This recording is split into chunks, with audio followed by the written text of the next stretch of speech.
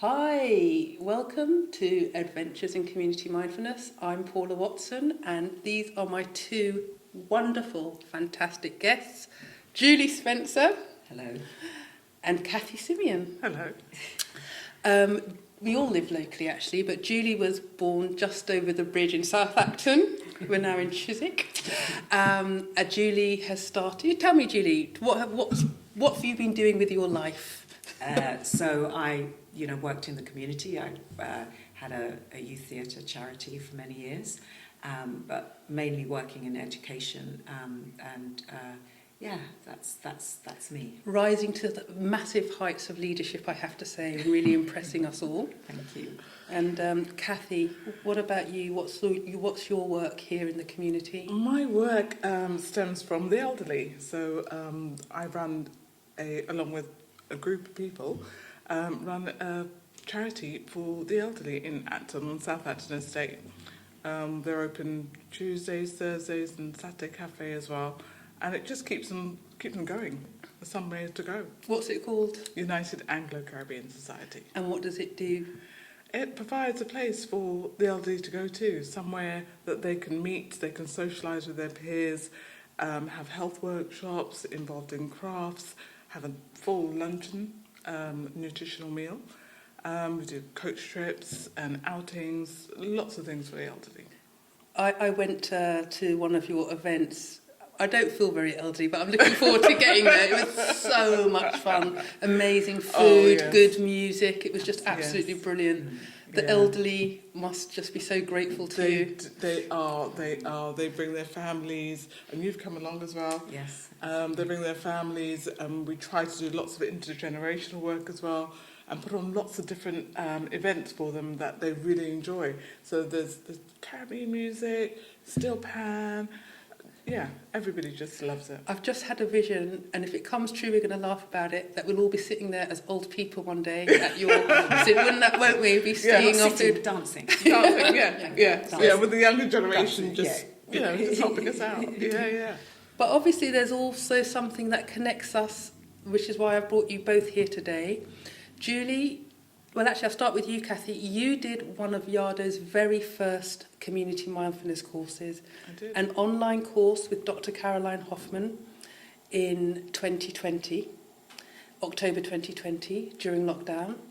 And you, Julie, did our mindfulness-based cognitive therapy last summer, and then a women's support group in October. Yeah.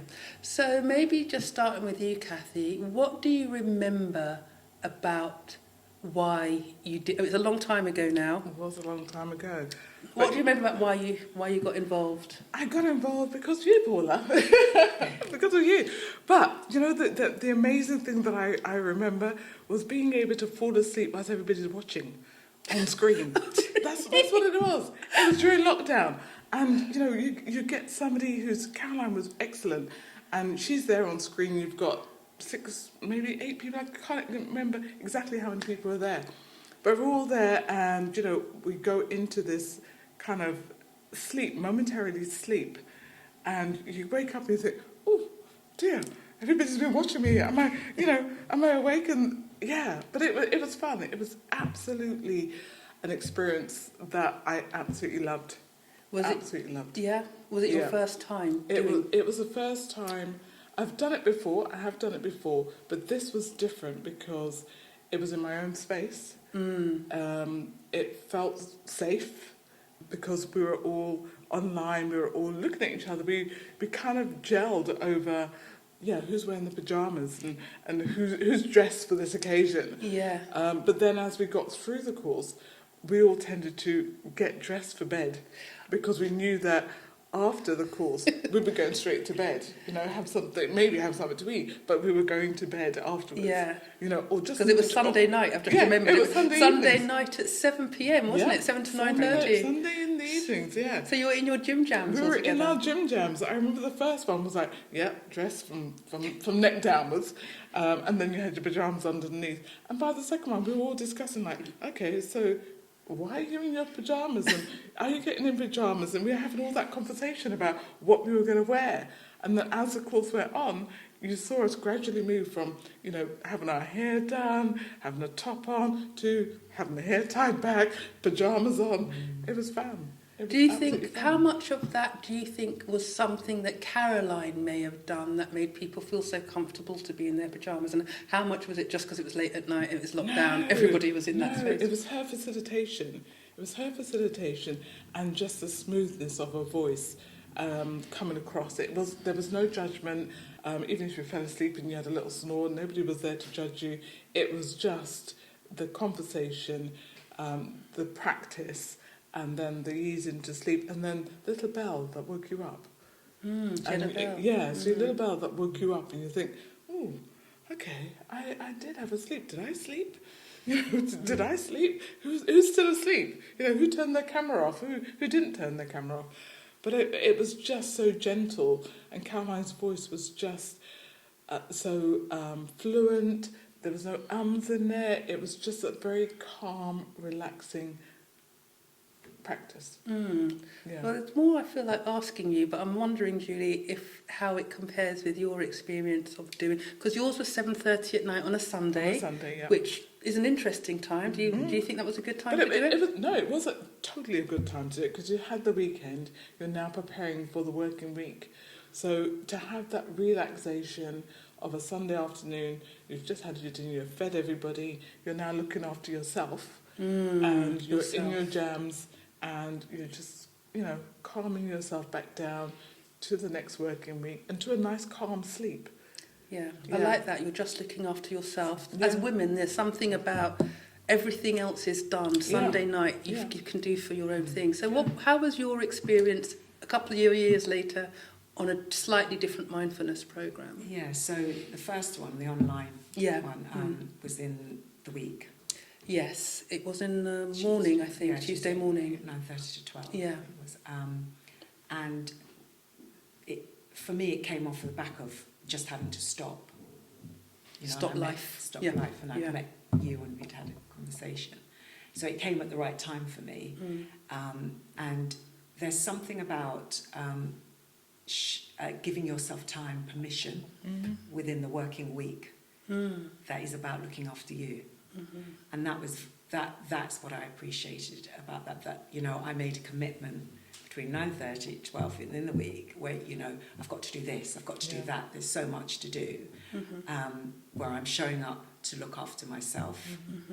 And also there's something about that, the space you were doing it in. So, my family knew that from 9:30 to 12 on this weekday, this was going to happen. So if you were going to go to uni later or, go to work, you needed to be mindful as well that this was happening. And they all bought into that. Yeah. It was quite, absolutely right. This is mummy, is going to have this time for herself. Wow. She's never done that before. God, that is powerful. And so, it was a collective mindfulness. It was really interesting. Yeah, it involved the whole household in a way. Because it was 9:30. So some people may have gone, it varied from week to week. But there was a real sensitivity around that, which I appreciated, and also took the pressure of me taking that time for myself. So I think showing up for myself was a real key thing for me, and giving myself time to breathe and to relax. So I found it really, really therapeutic. I was new to mindfulness, so it was a whole new experience and quite an emotional experience as well for me, because I've always been working, I've always been striving, I've got to,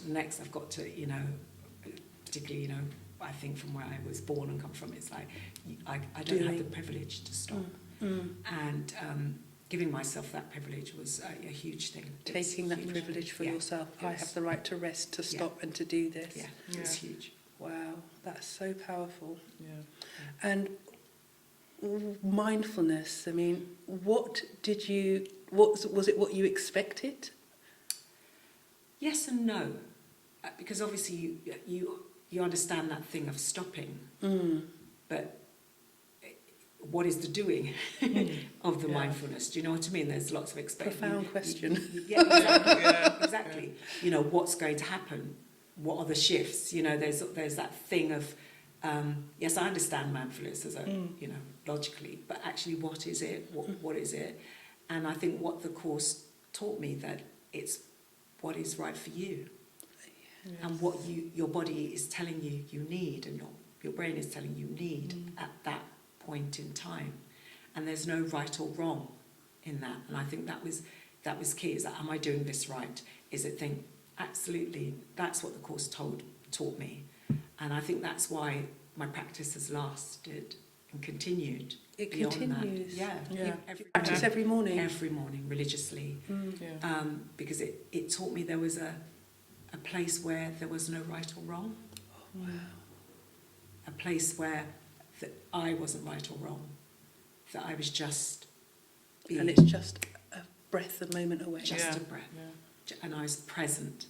So, and this whole thing about not fearing the past or the present or the future, because you're in the present. And to have that moment, as you said, to just sit there and think, right, okay, I'm going to stop.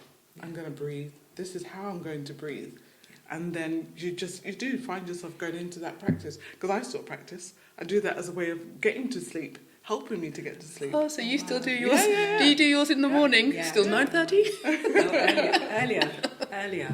But it's all that is that knowing you have a choice to stop. Because I don't think, that a lot of women think they have a choice to stop. Yeah. And that's hard, that knowing that you can give yours, you do have the choice to stop.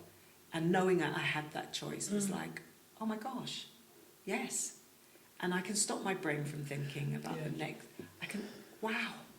Do you know, I think it's a huge... I think your point, I really resonate with what you said, because Caroline was my first formal teacher, and I'd rushed in, it was an in-person course, I'd rushed in parked my car, got in, oh no, it's a 2.5-hour course, I've just parked my car for 2 hours. Then she said, go and get some blankets and cushions, okay, lie on the floor, lay on the floor, make yourself really comfortable, make sure you're really comfortable, okay, really comfortable. Now just lie there for 15 minutes.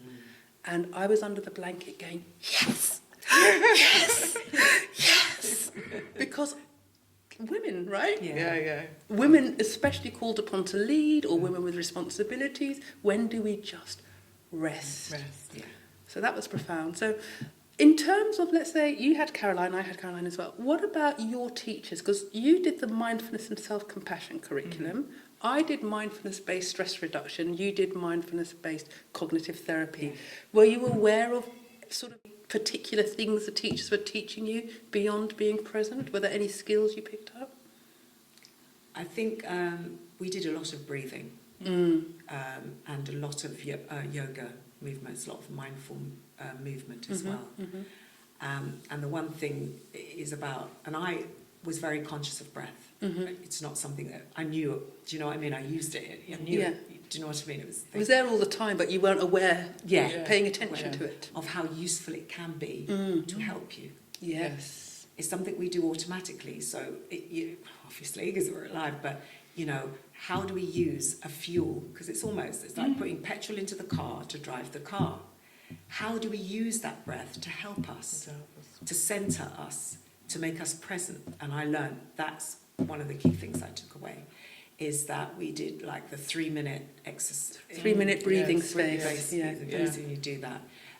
How an intake of breath, the sensation of that, to releasing the breath, and the sensation of that. We did a lot of that, but the 3-minute thing is something that I remember, and giving yourself time. And also we did a lot of movement and body scanning. Yes. Did you do body scanning? We did body I scanning. like body scanning. Yeah. So body scan I use when I exercise, because I also, after mindfulness, I exercise. I've realised that exercise is part of my whole mindfulness. Your practice. Yeah, my practice. And that body scan when you're running is something that keeps me running. Yeah. I've never heard of body scan while running. So Is that your own methodology, or have you? it's sort of, I've just taken what they've taught me and just done it to the Your while own I'm way. running. Yeah. And so I A start brilliant with idea. start with the feet, and it's just one foot in the other. It keeps me on the treadmill longer. Wow. And not worrying about.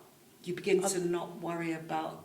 You I'm forget how tired. you're I'm running, this. or- Or yes, anything. It's yeah. just I'm putting one foot in front of the other. I can feel my feet, and then my calves and my. You things. really So run with exactly. this, Julie. Yeah, I love really it. run with it. So it stemmed from the exercises I learned during that. Oh, wow. Fantastic. So whereas mine was learning how to breathe from the belly and not from the chest, and focusing. So when you're focusing on where it comes from, you know, where it comes from, is it coming from up here or is it coming from the belly? And trying to learn how to measure that, how to actually measure that. Am I breathing up here, or am I breathing from down here? And just focusing on where that breath is coming from. I hate to be rude about a practice that I love so much, but in a way, we're making it sound quite boring by just talking about breathing. That's what it does sound like to the outside world, doesn't it? Yeah. But it's not boring. No, not at Because because we're talking about it like it sounds, but because of the effect, the impact it has on you individually, and everyone's different. Yeah. It's not boring. It might be boring listening to someone else going about it, but when you're experiencing it, it's fascinating. It opens your mind. You're curious about, oh God, what is going on? What's happening here? What's this is new. And I think that's what the excitement is. It's the possibilities it opens up for you, because when you start to understand in the mindfulness practice, it's the possibilities that open up for you in terms of how you want to show up, how you In the world. Yeah. and what changes you can make. Yeah. That's the thing with the whole thing. And you know, breath is inspiration. It And- is. It and is. that- Totally. So what were the impacts, if there may have been negative ones, for you personally, each of you? For you, Kathy, it was a while ago now, and I know you still have some form of practice. So what, if you can think of a before and after, what were the personal impacts in your life or in your work of doing the programme? Do you know what? It was about slowing down. I was doing so much that I needed to kind of recognise that I was doing too much. And just, you know, when they say to you, just stand there and breathe. Just stop and breathe for a second. And not taking that as somebody's told me to do that. You know, somebody's told me to do that. I need to do it for myself. And I'm learning how to do that. So now I have to learn to take that and go away and do it myself. So what does slowing down, what impact does that have on your life? What difference has that made? It's allowed me, you know, we all think of ourselves as multitasking. You know, we can all multitask, but actually we can't all multitask. And that for me came as, okay, so you've got all these things to do. Just stop. Just absolutely just stop. Take a breath. Radical. And think about it logically and methodically, and remember you need to breathe through all of this. And doing that gave me things, okay, I can push that aside now. I can actually do this one thing, and I could do, or you delegate. And that was the other thing, learning to delegate, and not realising that actually, you know, learning to actually hand over stuff and believe you don't need to do it all. See, what you're pointing to for me, that's the bit when you experience it for yourself that is incredible, is that just that split second moment where you pause. Yeah.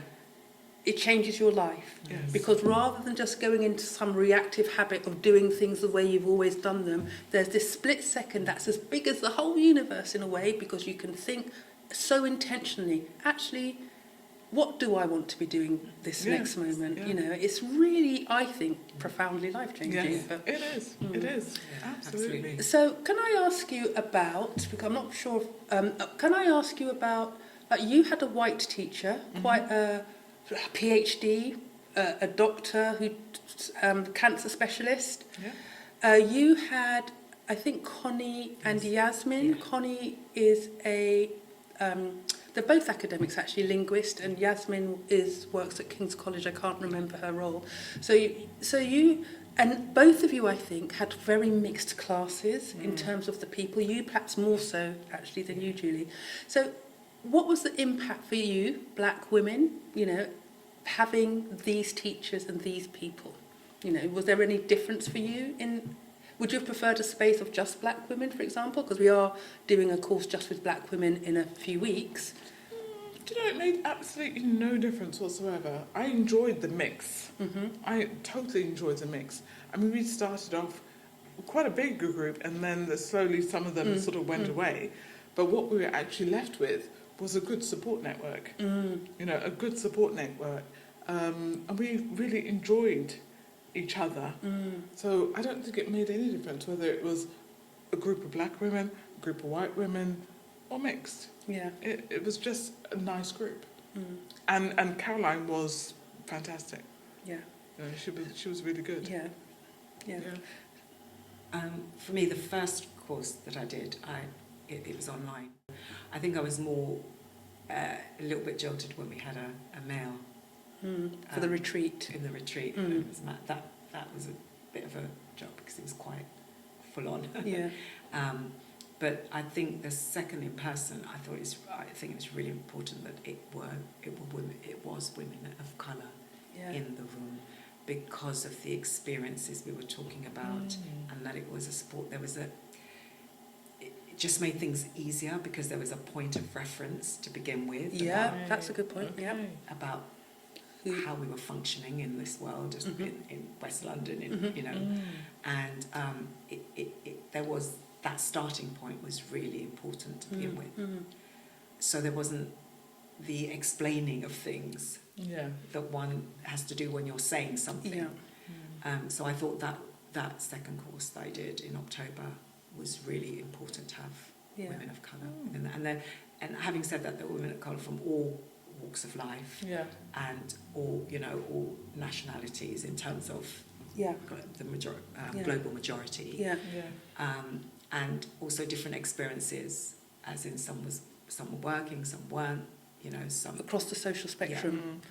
I love that though. It was, and we're still talking today, and we actually went for lunch a few weeks ago. I feel a that's chill lovely. hearing that, because I've always just loved when people get together across the social spectrum, when there's space for that as well, you know. Yeah. We've got WhatsApp group, we share things and everything. I think that's key to Samia. Samia's who was the facilitator. Yes, Samia Nelson. She was fantastic. People love her. She was absolutely outstanding. To the point where she facilitated us doing our own exercises to each other at the end, and people getting up and doing things, teaching, and it could be anything. It could be knitting or, you know, massages or whatever they did, you know, and everyone did something because they felt empowered. And the fact that we are still, you know, communicating and set up a whole support network since the course is a testament to something. That's amazing. Well, what I love as well about the in-person thing, and this is another passion of mine, is that because it was in person, you got to walk past the group that Kathy runs. And that was an amazing moment. So it was a Thursday. Yes, Thursday.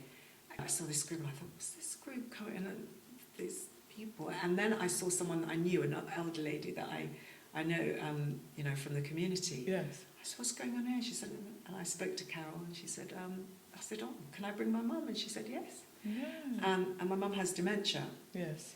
And having something, my mindfulness journey, you know, it has to do with your past as well, doesn't it? It's that as well. So having that time with my mum, going to you know, the group has been absolutely amazing. Oh, wow. One, because it means I connect with her on a different level rather than just looking after her and doing this. It's that we go out and we spend time together.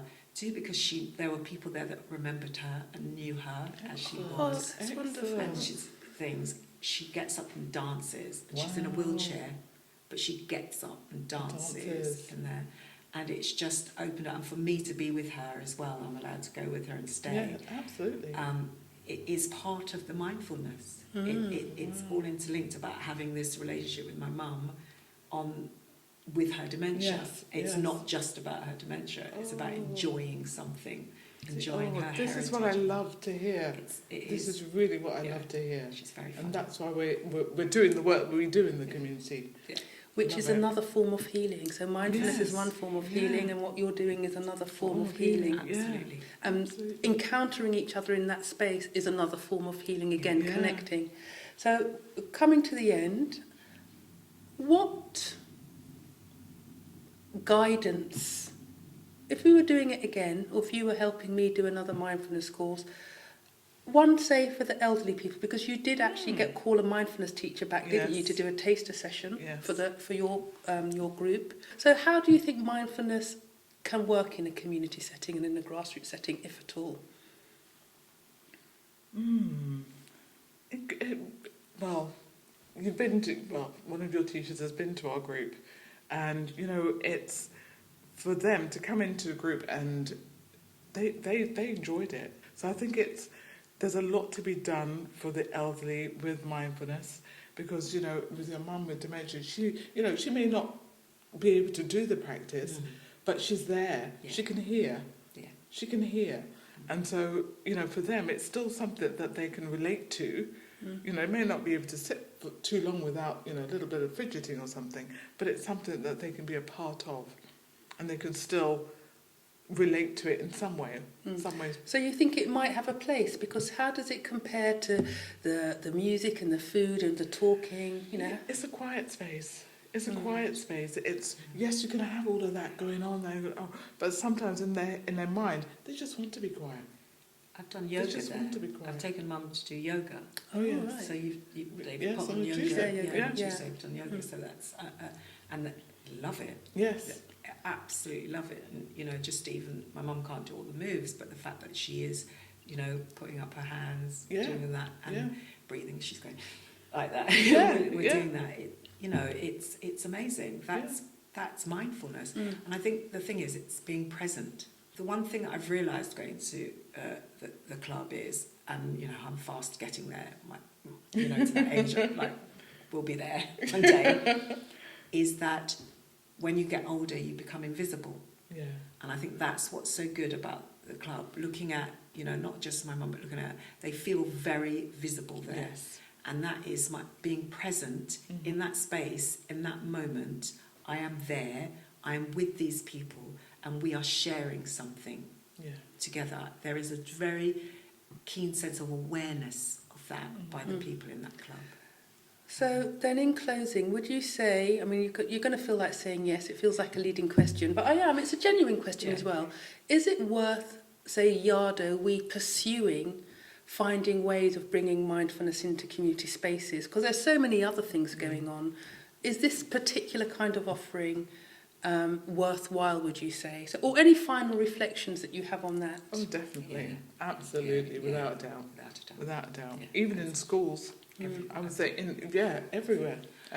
Yeah, I think, there's no. Yeah. From young up until old. And I think there's a big thing with, women. We know that. Yeah. With the crisis, as well as life is hard. Yeah. Yeah. Life is hard, and it's getting harder, and everything's becoming more. So there is a great sense of where do you get your relief from? Yeah. That isn't, you don't have to pay for. If you can't afford a holiday, if you can't do this, if you can't do that, then what can you do? And I think that mindfulness, having that opportunity just to give yourself that chance to breathe is priceless. Yeah. I have to admit, I have tried this with my younger grandnieces and nephews, Yeah. to get them just to sit still and play a little bit of music and just sit still. And so if they start laughing, like, no, stop. And they just stop. And Auntie, can we get up now? Like, no, we just... And, it took them a while. It's like a Goenka retreat. But in the end, they started. did it. You have to do it in short bursts. Yes, But yeah. they did it, and they liked it. Yeah. So, Guys, it definitely has a space. thank you so much for coming in. I really appreciate that you were both participants on the programmes, and I feel encouraged, I must admit, by what you said today, to keep plodding on. I'll give you your money later. Please do keep going. Yeah, we need it. We need it. Charity needs it. Yeah. Right, thank you. Thanks, everybody. I hope you Thank enjoyed the you. conversation. Yeah, bye.